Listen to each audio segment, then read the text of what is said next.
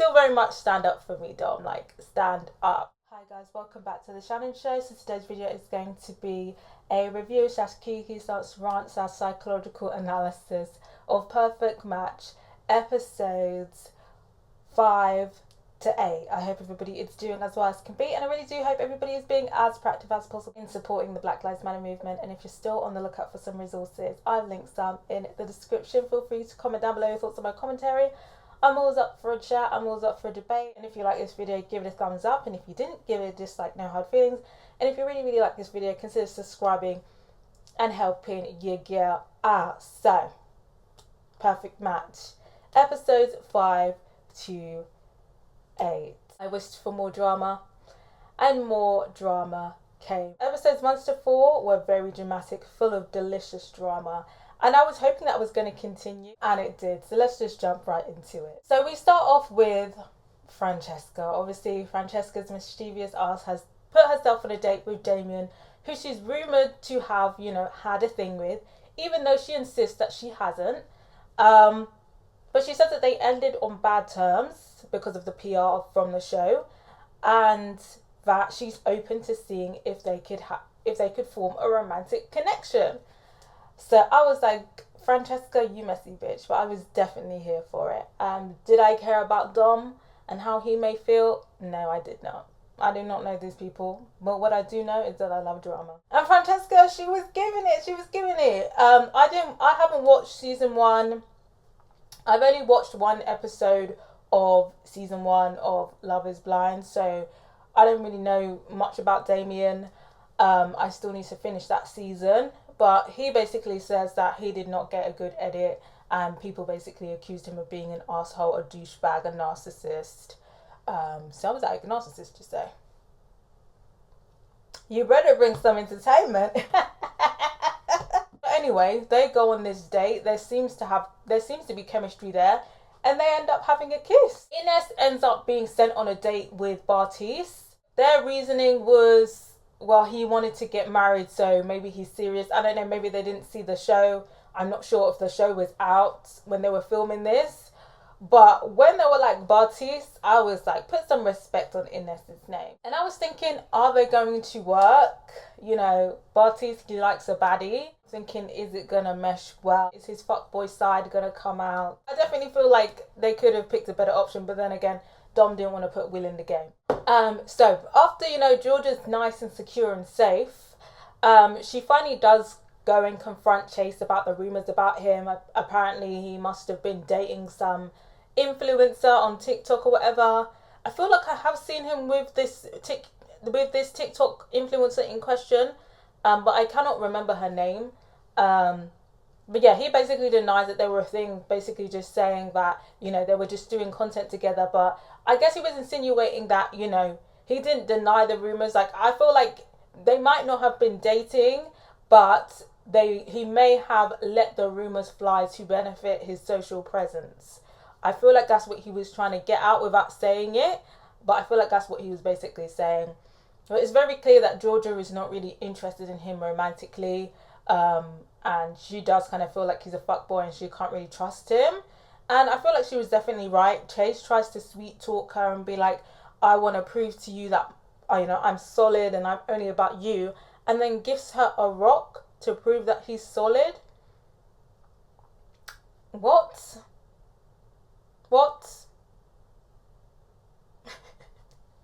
It was funny, but, Georgia did not find it romantic. I feel like he definitely sealed the deal of his fate then. So the day of the next matching comes, and Francesca pretty much tells Dom that she's going to be picking Damien. She's going to be exploring things with Damien, and Dom is distraught. He is distraught. Like it's giving like, the wife of 10 years is saying that she's leaving you for another man. Like, he was so distraught. Like, it was still very much stand up for me, Dom. Like, stand up. He basically is begging Francesca to stay with him. He's telling her that he loves her, he's fallen for her, he loves her, and I'm going home tonight. Like, you've sent me home. Like, I love you. Like, and this is how you do me. Like, this is what I get for, giving my heart to you. Oh my God, like, how I'm so stupid to think I had a chance with Francesca. She's my dream girl. Like, I was so stupid to think that she would want me.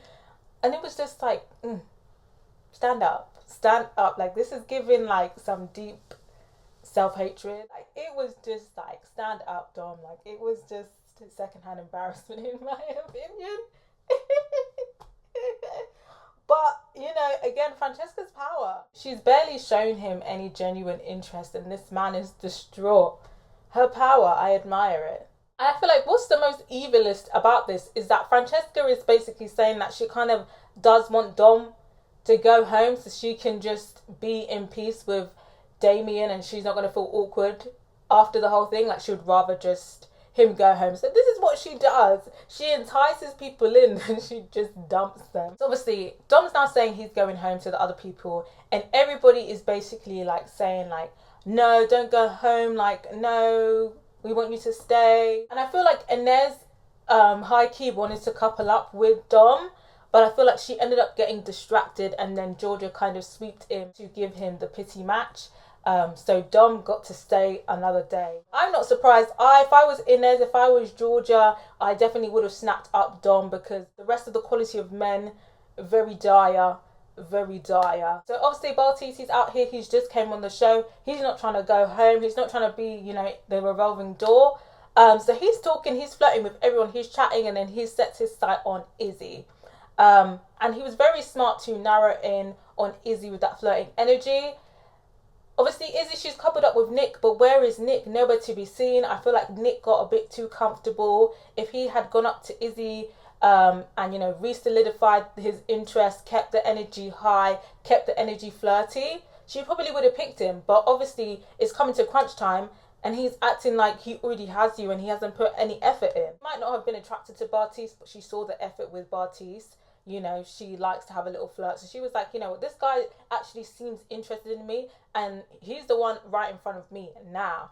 So Izzy decides to couple up with Bartise. Inez is now left to pick out of the litter. Obviously, she wanted to couple up with Dom. That option is now gone. She's left to pick between Chase, Nick, and Shane. Obviously, she's already had history with Shane and Nick, and she basically says that, out of the three, her favourite is Shane. And I was thinking, you should have picked Nick. Like, why would you pick Shane and his crazy ass? And the thing is, when she basically tells Shane that she wants to pick him, he's basically like, oh, I'm clearly not your first option, so kind of like, fuck off. Like, don't pick me if I'm not your first option. Like, bitch, she's literally saving your place in the villa. Like, you don't want to be here no more. And like, she was basically like, bitch, what the fuck is wrong with you? But she kept giving him grace, and I was like, how are you even giving him grace? Like, when he was, acting up in the beginning, after I said I'm saving you, and you're acting ungrateful, telling me like, oh, if I'm not your first option, fuck off, like you're some bad bitch, I would have been like, okay, bet, Nick, come to my suite. But then I guess obviously he cools down, and he's thinking, yeah, actually I could use this spot. Like, yeah, okay, let's try and make things work. And then she couples up with Shane. And I feel like Shane is so annoying that I wouldn't be mad if he goes, but I'm also not mad if he stays, because he does provide entertainment, which leaves Nick and Chase single. I feel like Chase, he took it well. Like, he knew the jig was up for him. Nick was kind of shocked. Like, he was like, oh, like I thought, me and Izzy would have had more time together. But Nick, he was very lazy. He wasn't very entertaining. I'm not really sad that he left. Chase, I'm kind of indifferent, because I know that he's unserious. He was never going to find a genuine match. But he was a fun character to have. He, gave really funny commentary. But he was basically saying, like, I'm not the villain here. The real villain is Francesca. He's definitely peeped Francesca's game. He's basically saying Francesca, is the puppet master. She's spreading around all these rumours. She was the one who got into Georgia's ear and got me out the game, and she's going to continue to meddle, it's basically, her show, basically. And yeah, I feel like that's definitely a fair assessment. And I personally don't think he's the only one catching on. I feel like at this point, loads of people knew that Francesca was a game player, but I feel like people are very scared to confront her, because she does have very, domineering energy. So then we have a compatibility challenge where all of the couples rate each other in terms of who they think is the most compatible couple. And Carousel and Joey win that challenge. That's not a surprise there. In terms of how they placed themselves, I think some of the placing was questionable. Like, for instance, they put Inez and Shane at the end, like, as the least compatible. But I don't think that they were less compatible than Izzy and Bartiz, who literally just got together. I thought that was a bit strange. So then Carousel and Joey get sent off to the boardroom and they pick Dom to go on a date. Obviously, he's just had his heart broken by Francesca. And they pick him to go on a date with Colony. And immediately I'm thinking, immediately no. Immediately no, because Dom is not going to be interested in Colony and you're setting Colony up. Like, it's very clear that it's very clear that Dom's type is white woman. So there's no point setting Colony up and putting her in there. It's just kind of like, do you just think they're going to like each other because they're both black? Like, why are you setting my girl Colony up? Are you getting confused by the name? Don't get confused by the name. I actually think a better option that was available should have been Abby from 20 something. I feel like that would have been a better option in terms of actually, you know, getting a compatible match, in my opinion. And then they also send Shane on a date with Chloe. I felt like that was the best option for her. Shane's very high energy, Chloe's very high energy, so I felt like that would be a good suit. We see Chloe and Shane's date. That date goes really well. They've got really good friendly chemistry. I personally don't see any sexual chemistry, so I kind of felt like this was not going to be long term. Dom and Colony, I knew right off the bat it just wasn't going to work. The flirting was very awkward. Dom was going on about, yeah, you're, you know, a strong independent black woman, and I was thinking, what the hell's going on? And she was like, oh, well, what about you? Are you going to be working? Are you going to be paying bills?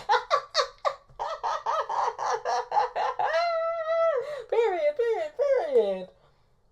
But yeah, the date was very awkward, and he basically just tells Colony right off the bat, like, it's not going to work out with me and you. I'm committed to Georgia, so you might as well, like, just mingle with other people when we get back to the house. So again, it's very clear who Dom's type is, like, for him to be committing to Georgia so quickly. Whilst they're on the date, I guess Georgia feels some animosity with Francesca, and they talk about it. Francesca denies having any animosity, but she's really fake, because in the confessional she's saying, yeah, I don't like Georgia, I don't like that she's with Dom, and basically she just hates seeing Dom happy. So if Georgia is making Dom happy, then she's not happy. She just kind of wants Dom gone. Francesca is like very high-key evil, very dark-sided, very mean-spirited. Obviously Dom comes back on the date to claim Georgia. They have a kiss. Francesca sees it and she's basically like, oh, well, look, they're kissing. There was me, you know, trying to be respectful of Dom, but if he's going around kissing Georgia, then I'm not going to hold back with Damien. And what was really awkward is that Damien was like, hold up a minute, like, so are you just kissing me, you know, to get back at Dom, or to make him angry, or to make him jealous, or is it genuine? Like, have our kisses been genuine? And it was very awkward, and she was like doing this thing where she was trying to whisper to him, and it was like really awkward. So that was very much a red flag in their relationship. I was thinking, you're definitely going, you know, in dustbin number 2. Dom was in dustbin number 1. You're going in dustbin number 2. So it's now the night of the next matches. Inez is pretty much accepting defeat. Shane is obviously going to match with Chloe, so she just kind of feels like there's no options for her left. And she's just like, she's not even going to bother trying to persuade anyone. She's just ready to go at this point. Bartiz decides to save her. He claims that, you know, with Inez it's emotional, with Izzy it's sexual, it's flirting, but I really don't feel like Bartiz was attracted to Izzy, to be honest. I didn't really see that sexual chemistry there. He tells Izzy is very much shocked, she's blindsided, but then again, like I said, they've only been together a day. The flirting was there, but was the sexual chemistry there? No. I think Izzy definitely had her guard down. Definitely shouldn't have been that comfortable. Colony basically just spends her night drinking. She already knows she's been set up. She was basically like, you know, I'm not attracted to anyone here, and I'm pretty sure they're not attracted to me, so I'm just gonna drink this drink and enjoy my night. And the 2 people that were leaving that night were in fact Colony and also Izzy. So 2 female eliminations in a row. Women of colour, majority black women. Again, the optics are not looking great. Giving very much Find My Perfect White Woman, because it's giving very much Find My Perfect White Woman, because for the POC women, it's not working out on this show. Then there's another compatibility challenge. It was like a physical challenge. Nothing notable went on. But Francesca and Damien won that challenge. They get to invite 2 boys to come in and send them on dates with 2 girls. So initially I thought that they were going to send Georgia on a date to sabotage with Dom, because obviously Francesca wants Dom out or Georgia out. It seems like she's just got beef with everybody in this house. So they end up sending Inez out on a date. At first it wasn't very clear who they were going to send her on a date with, but notably people get put back on the board. So Zay turns up this time and Nick is also available to pick. So I was thinking at first maybe they were going to pick Inez to go on a date with Nick, you know, old flame type of thing. And they also choose to put Chloe on a date with Mitchell, her ex. So obviously again past history there. Francesca and Damien, they do this little trick where they make it look like Damien has come back alone and Francesca has put herself on a date again. And everybody is like, oh sorry Damien, stuff like that. And then Francesca comes out of nowhere and is like, oh, we're just joking. But it's quite interesting. I think Francesca definitely peeped that a lot of people don't like her. And she was thinking, these fucking fake bitches, look how quick they were to chat shit about me. But I definitely felt like Francesca would have pulled something like that. So I was even surprised when she came out of the woodworks like that. On the date, obviously, Chloe and Mitchell have history. Chloe is crying when she sees him. Apparently this is the first time that they've seen each other since their breakup. It's a very emotional reunion. There's clearly feelings involved. We also learn a bit of tea about their relationship. Obviously Mitchell is a virgin and he's not going to have sex until he gets married. Chloe basically insinuates that their relationship broke down because he was insecure that she wasn't a virgin. I guess maybe he wants to be with a virgin and, you know, be with somebody who's as inexperienced as him. And the fact that she had been sexually active had made him insecure. And later in the episode, I guess she kind of insinuates that possibly they could be like mixed messages in terms of, you know, how far he will go. Like maybe they had, you know, done stuff and then maybe he'd gone to church after and was like, oh, you know, I've sinned. I'm thinking it was something like that. But I find Mitchell and his morals and then his actions very confusing. But it's very clear that they still have feelings for each other. They end up kissing on their date. So I was thinking instantly she's going to couple up with him. It's a wrap for her and Shane is definitely not going to take this news well. Inez gets sent on a date with Will. Obviously Francesca doesn't like Dom anymore, so she has no incentive not to put Will in the game. Their date goes well. Again, there's some flirting, but I didn't really see any sexual chemistry. After the dates, obviously they go back to the villa, and as soon as Shane hears that Chloe kissed Mitchell on this date, he basically says that he's done, like he's mad, he's pissed. Damien is trying to calm him down, trying to make him see reason, basically be like, you know, it's unrealistic for you to have expected Chloe not to have kissed her ex. Like, it's unrealistic. Like, if you went on a date with Natalie and she kissed you, are you seriously telling me that you wouldn't kiss her back? Just getting irate. He's just basically saying, no, this was the chance for her to prove to me that I could trust her. And I'm thinking, you guys are not boyfriend and girlfriend to be doing trust. Like, you've been coupled up a day. Like, what's going on? Shane is just very mad. So anyway, Shane doesn't take Damon's advice, and he basically just does this whole guilt trippy thing on Chloe, making her feel really bad, like trying to make her feel like she's gone behind his back and cheated on him. And it was just really bizarre. Chloe's obviously very upset, but ultimately it just pushes her towards Mitchell. Shane definitely played that wrong from a game standpoint, and from a romantic interest standpoint. Chloe's clearly conflicted. Her ex has come back, and you know, she kind of just wants a reason not to get back with her ex, and you've given her a reason to get back with her ex. So yeah, for me, you know, Shane just did not play it well, and I just don't feel like he's ever going to play a relationship well. Like, he definitely needs some intense therapy, because the way that he goes about things is just insane. Inez decides to go with Will. She's not really feeling Bartiz. She said there's not that spark. She breaks the news to Bartiz. Bartiz does not take it well. It's a bit too much for his ego, and he can't really help himself. And he basically tries to insult Inez and basically saying, like, you know, I picked you up from the ground and this is kind of how you do me. And then Inez was basically like, oh no, hold on a minute, because I never asked you to do all that. Like, I was not begging you for a spot in this villa. You were the one who came up to me and decided you wanted to be my savior. And period, Inez, because Inez was very much ready to go home. You wanted to go out of your way to be a savior. Now that she don't want you, you're her, and now you're trying to put her down. Like, Bartiz, you're very trash behavior, And, you know, he tried to do that to Raven on the show as well, like trying to put her down after she didn't want him anymore.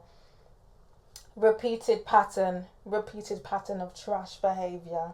And Shane and Bartice end up being the two boys not picked, and they're sent home, and they're both fucking pissed. Like, they're both feeding off of each other's pissed energy, but they're both trash. I don't feel sorry for them. And there was also one bit where like water spills on them from somebody else's like swimming pool, and they were like, oh, what the fuck is this, man, let's get out of here, like the disrespect, like I was so impressed. It was so funny. So then we have another compatibility challenge, and it was one of those kind of you have to match your partner's answer type of thing, like the his and hers type of thing, and you either had to answer cringy or cute, and obviously if you matched you kind of get a point, and whoever has like the most points wins at the end. But I did want to share how I would have answered the questions.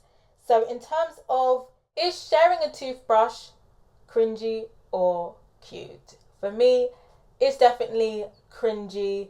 I feel like the only time you should really be using someone else's toothbrush is if you're really desperate. Like, you're really desperate, like the finger just won't do it, you need to use someone's toothbrush. But I wouldn't go out of my way to use my partner's toothbrush. No. Popping each other's pimples, cute or cringy? For me, I would say cute, because I feel like it's like you're taking care of each other. Baby talk, cute or cringy? For me, it's definitely cringy. I feel like it's definitely given, let me see what's on your hard drive. You're trying to do baby talk to me? I know I got a baby face, but it's very much given, let me check your hard drive. Public declarations of love. Now for me, I would prefer not. I would prefer private declarations of love. I think for me, the only public declaration of love that would satisfy me is if you were, you know, thanking me in a speech and the big old engagement ring you give me. I feel like I would not want a public proposal.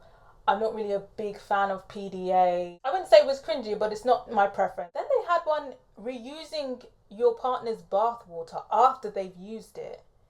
A bath together I could do, but as in like I've left the bath water or you've left the bath water and I'm going in after you. Absolutely not, Juan. Absolutely not, Juan. The way that my bills are set up, it doesn't matter how much water that I use. So I don't need to be doing that shit with your bath water. It's never that deep. Calling the first pet that you get together your child, cute or cringy? I would say cute. I can definitely see why people see pets as their kids. Before my sister got her cat, I was very much like, you know, I didn't really get the appeal. I remember once at school, somebody came in distraught because their neighbour's dog died. And I just thought that they were being absolutely ridiculous. But I get it now, because I really do love my sister's cat, and I really do see her cat as my nephew. So yeah, I definitely get it. And I feel like it is cute. I feel like it's cute now. I feel like I'm a, you know, semi pet person. I feel like if I was to get a family pet, it would be a cat. Going to the bathroom together, cute or cringy? For me, I think it's cute. I feel like it's a comfortability thing. Like once you get to that comfortable stage, it's cute. I feel like I wouldn't want you in the room with me. I wouldn't want to be in the room when you're shitting. Piss, I can do. But shitting, no. For me, that's cringe. If you want to stay while I shit, that's your business. I'm not staying in the room while you shit. And then calling each other's partners mum or dad, cute or cringy? I feel like that would be cute if you're married. I feel like if we weren't married and I'm calling your partner's mum and dad, I feel like maybe that would be a bit cringy. But I feel like if we're married, then yeah. I gotta hear from you guys. What would you say was cute or cringy? Ines and Will win. Notably, after they win, they go on this date. Basically, Ines is trying to be romantic and intimate, and Will is just out here talking about strategy. Like, he has not said one romantic thing. He's just basically talking about strategy, like who they're gonna plot against, things like that. And Ines is basically saying like, no, we're gonna, you know, do things honestly. I'm not here to like plot against people's coupling. Like, that's not what I'm here to do. And Will is basically just kind of like, oh, this bitch is fucking dumb. Like, this is a game at the end of the day. Because obviously he's coming off of a show like Mole, which is very heavily competitive. So I feel like he just had competition rather than love dating. He just had competition, and that is just in his head. So automatically I was thinking, okay, they're not going to work out. It's not compatible. They're not compatible. So they get in the boardroom, and Will off the bat picks Dom to go on a date. He wants to sabotage Dom. Ines is trying to tell him, like, look, he's, settling down with Georgia. It's not going to work. And he's basically saying, well, this is what I want to do. Like, this is what I want to do. He's not listening to Ines. And it was very much a waste of a date because he picked Diamond to go on a date. Diamond from Love is Blind season 1. But again, Dom, his type is clearly white woman. Diamond is black. It's not going to work out. So that was a waste, Will. Again, you should have picked Abby from 20 something. And then they end up sending Francesca on a date. And immediately I was thinking, who? And I was thinking, oh, it's probably Abby from 20 something because she's bisexual. But I was thinking, so now they're switching up the rules. Now they're allowing, women to couple up with women. I was thinking, that's a bit unfair because, if they had allowed that from the beginning, there definitely would have been a lot more friendship couples, in my opinion. So I kind of feel like they kind of just threw that in there. They made it the Francesca show, so they bent the rules a bit. But those rules should have been in place from the very beginning. Definitely would have made things a bit more interesting in terms of coupling. So yeah, I feel like that definitely should have been an option from the very beginning. It definitely seems like an oversight from the producer. Or it just makes it look like they're favouring Francesca, in my opinion. So obviously Diamond and Dom go on this date. She gets shut down immediately on the date. Immediately he's like, I'm with Georgia. And that's that. We see Francesca on the date with Abby. That seems to go well. They've got some friendly chemistry. But again, I didn't see any sexual chemistry there. For the next matching, Ines decides to confess her feelings for Dom. She's kind of been holding in her feelings for a while, but she finally tells Dom, and Dom is just kind of confused about it all. But Dom, like he always does, he goes running to Georgia and telling Georgia, and now Georgia, who has been suspicious of Ines for a while, is now like, oh, well, see, I was right. She sent you on a date because she's trying to conspire against me. Like, she has a problem with me. Like, I don't like her. She's a snake. She's shady. He does confront her. Is basically like, I feel like you're fake. Like, I can't really trust you now. And Ines is denying everything. And to be fair to Ines, it wasn't her decision to send Dom on a date. She did try and fight Will on it. Will decided that's what was going to be done. And I feel like Ines has definitely been trying to hold it down. She's definitely trying to be, to go about things a respectful way and putting her feelings, at the side when really she should be putting them at the forefront. And yeah, it was just sad. She definitely should have got in there a bit early. I definitely feel like if she got in there early, maybe she could have secured Dom. But I don't know. I feel like maybe he still would have coupled up with Georgia, to be honest. But yeah, it was just really weird when Dom was like just confused, like, what? You like me? What? And he just didn't know what to do, so he just blabbed to Georgia. But anyway, Dom is not really fazed by Ines saying that she likes him. He wants to be with Georgia. He rematches with her. He also asks her to be his girlfriend, which I kind of just felt was a bit strange. You just told Francesca that you loved her. Now you're with Georgia and you're making her your first ever girlfriend. Like, I was just thinking, like, he was crying before saying, he always puts his all into everything and then he ends up getting hurt and that's his problem. I'm thinking, I can see why. But at least Georgia has actually shown consistent, genuine interest in Dom. I can say that. So I'll see. But, with Georgia, she's seems like a very nice girl, but she's low-key very calculated. I mean, all of these reality TV stars are. So there's a part of me that feels like she has feelings for him, but again, I'm not really seeing sexual chemistry there, so maybe it's just convenient for now, convenient for her storyline. I don't 100% buy Dom and Georgia, but I'd be interested to hear from you guys, because I feel like some people are going to love them together, and some people might be suspicious, and some people might hate them together. What side of the spectrum are you on? Throughout the evening, Francesca's been making it clear that she has the ick from Damien. She's basically saying, like, he does cringy stuff that has made her catch the ick. And to be fair, the things that she did mention, they did show, and he's rumoured to be bad in bed. And honestly, I felt like they were an odd pairing, to be honest. But the things that she said make sense of why she would catch the ick, to be honest. So it's very clear that, she was going to be ditching Damien for Abby, and she basically goes and tells him that, she wants to get to know Abby, and he's very much pissed, and he's basically like, I'm not here to, be looking stupid out here like you made Dom look stupid.